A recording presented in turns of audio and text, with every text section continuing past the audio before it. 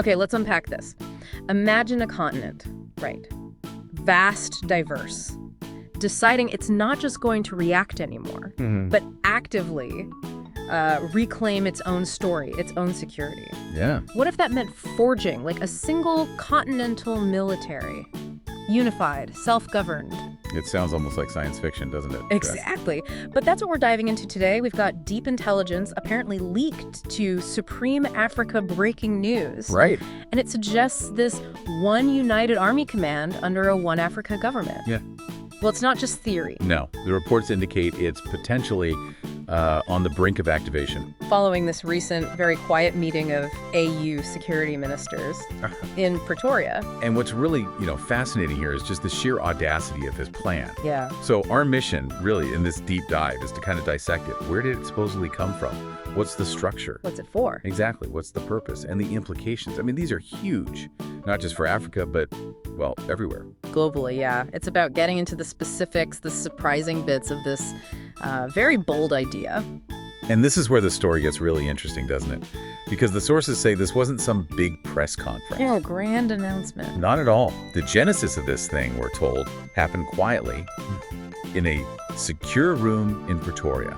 During that AU security ministers meeting, no press allowed, nothing on the public schedules. Just 12 of the, quote, most powerful African military minds from all the different regions. Sitting down to figure out how to actually defend one Africa as one army. And we have insights, apparently from something called Protocol Black, an embedded tech operator monitoring AU digital comms. Oh, interesting. What did they find? Well, they say the meeting was listed, very blandly, as a strategic continental consultation. Kind of hides things, doesn't it? Definitely understated. But the files they were looking at, the confidential stuff, titled Pan-African Security Integration Blueprint 2025 to 2045. Wow. Okay, so a long-term plan. A very long-term plan. And the goal, as the intel puts it, one army, one mission, one command. That's a powerful phrase, not some ragtag plan. No, it signals something very structured, very deliberate, a long game for continental security. So let's get into that structure then, because it sounds incredibly detailed and, well, pretty innovative, actually. It is. At the top, they're proposing this Continental Defense Leadership Council, the CDLC. And it's not just one person in charge. It's, 5 rotating generals from the 5 regions? That's right, rotating generals. Plus, crucially, a civilian oversight head elected by the AU Parliament. Okay, civilian oversight, that's important. And 2 chiefs handling strategy and technology. So a mix of military and civilian strategic minds. And their job, planning, deployment decisions, all done together. Together. And here's the key bit. Every single mission needs Pan-African approval. Pan-African approval. What does that really mean in practice? Does it slow things down? Well, it could, but the idea, it seems, is to prevent unilateral action, to stop one country or one leader from dominating. Right, so it forces cooperation, especially with that civilian oversight and the rotation. It feels designed to avoid, power grab. Precisely. That Pan-African approval, the civilian element. Yeah. It's not just a safeguard. It's like a whole redefinition of sovereignty on the continent. Moving away from just national interests. Towards collective decision-making. Preventing anyone from hijacking the force. That's a big deal, given Africa's history. It's about shared power. Okay. And then beneath this council? You've got 5 continental regional commands, CRCs. Right. Based where? Strategically placed. Cairo for the north, Accra for the west, Kinshasa for central, Nairobi for the east, and Pretoria for the south. Covering the whole continent and their role. Pretty comprehensive. Training, mobilizing forces, and responding to, everything. Disaster relief, counterterrorism. The lot. And it doesn't stop there, does it? The intel mentions specialized forces, these Pan-African elite units. Yes. Things like desert lions for Sahel ops. Okay. Forest rangers dealing with guerrilla warfare, urban situations, even de-escalation. And maritime guardians for piracy and protecting the oceans. Exactly. Given the kind of threats Africa faces, often asymmetric, very diverse, how important is that level of specialization? Does it suggest something more agile? Oh, absolutely. That's a really good point. Creating specialized units is a direct reaction to the reality on the ground. You can't use the same tactics everywhere. Precisely. Fighting Boko Haram is totally different from handling piracy off the coast. It shows a shift towards, adaptive, localized responses. But it also raises questions about modern war itself, right? It's not just boots on the ground anymore. Not at all. And the blueprint seems to acknowledge that head-on. There's a whole cyber and space division planned. Okay, now we're talking future warfare. Africa's new battleground, as they apparently call it, increasingly digital. So what does that involve? We're talking advanced digital Legos, software ops out of Nairobi. Think specialized digital intel tools, tracking cyber threats, illicit digital stuff. Like forensics and counter-hacking? Something like that. Plus AI and robotic development in Tunis. Satellites controlled from Algiers. Drone command in Addis Ababa. Wow. Coordinated cyber teams, too. Lagos, Nairobi, Tunis. Yeah, across key hubs. It shows a remarkably forward-thinking view of security, moving way beyond just traditional military thinking. Right, preparing on all fronts. Because real defense isn't just tech, is it? It's about the people leading it. Exactly. Which brings us to this long-term investment in future leaders. A proposed military academy network. Ah, okay. Not just training soldiers, but raising leaders. Yeah. Leaders with continental exposure. How would that work? Key locations. Yeah. Kigali, Lusaka, Abuja, Addis, Cape Town hosting these academies. And here's the interesting part. Officers would have to rotate through 3 different academies during their training. Oh, wow. So you get that cross-pollination of ideas, break down old national silos. That seems to be the goal. Fostering unity, a shared perspective from the ground up. And what about safeguards? Against, misuse of all this power. That's always a concern. It is. And the intel highlights some specific things. An independent review process for every mission. Independent? By who? By African civilians, lawyers, human rights people, peacekeepers. With a clear message. Corruption and abuse are not tolerated. That's a strong statement. And then there's the rotational command principle. Leadership roles, rotating every 2 years between regions. Ah, so no single general or region gets too entrenched, directly tackling that historical issue of power consolidation. Seems like it. That is crucial, thinking about the history of some military figures in Africa. Yeah. And they're also setting up a border diplomacy and de-escalation force. Yes. A unit whose whole job is to negotiate peace before things blow up. Proactive, not just reactive. Exactly. There's a quote from General Umoja. Africa's future doesn't need more heroes with guns. It needs protectors with vision. That speaks volumes. A different kind of security. So when you look at the whole picture, the council, the regional commands, the elite units, cyber, the academies, the safeguards, it's just monumental. It really is. Does it feel like a calculated risk? Or maybe an inevitable next step for the continent? Well, the driving force, according to the sources, is this deep desire for Africa to never be bullied again.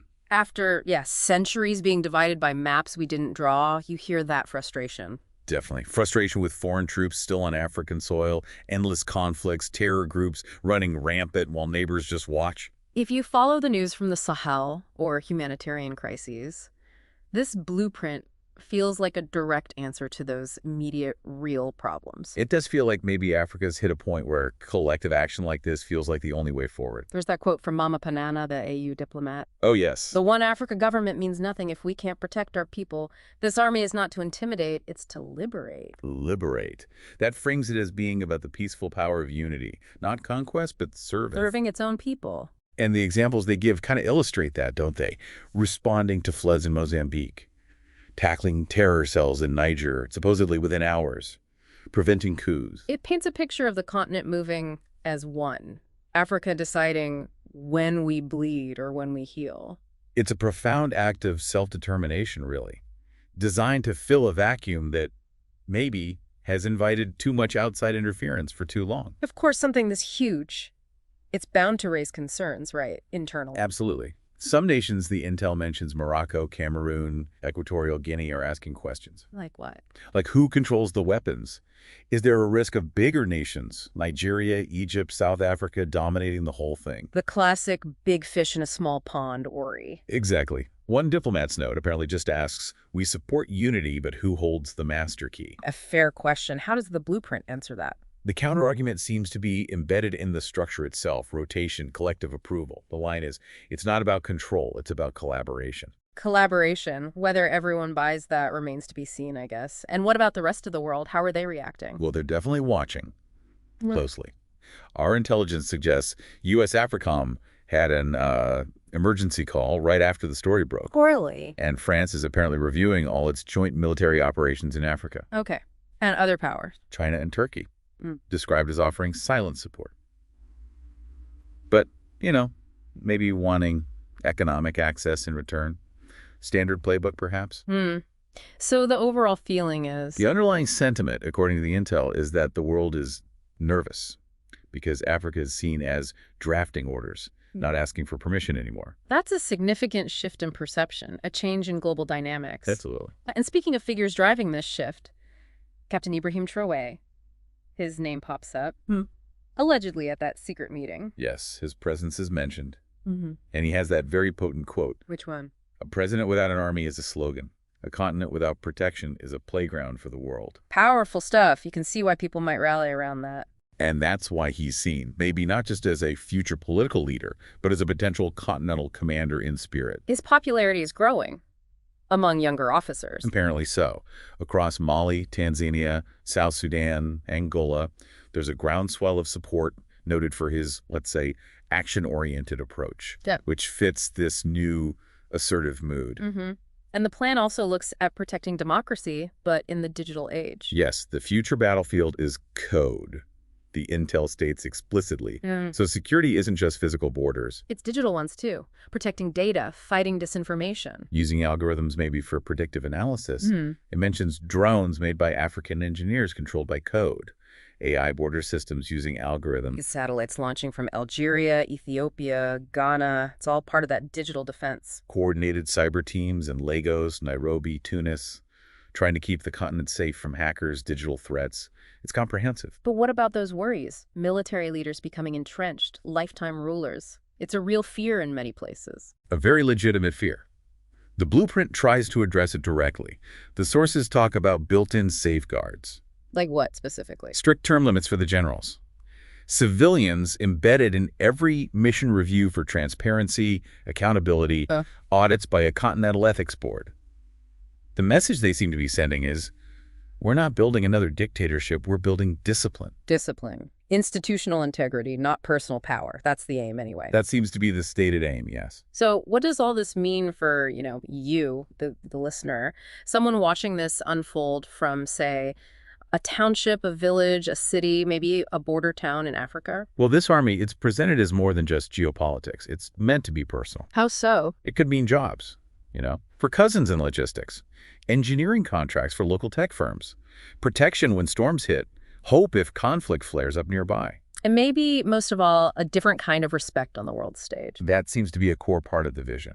Because, like General Umoja said, that quote again, Africa's army is not coming to intimidate, it's coming to inspire. to shield farmers, to protect mothers, to give children a future. Yeah, that vision, if it actually happens, it's about Africa actively taking back its story, its security. Moving from being maybe a recipient of aid or intervention. To being a powerful, unified player in its own right. So the big question then, what does this rebirth of a continent, as some might call it, truly mean for global power, for the future? Could this massive undertaking be a real paradigm shift for security, for sovereignty, reshaping how we even think about defense and international relations? It definitely gives us, well, a lot to think about. The challenges are immense, but the possibilities, they're potentially transformative.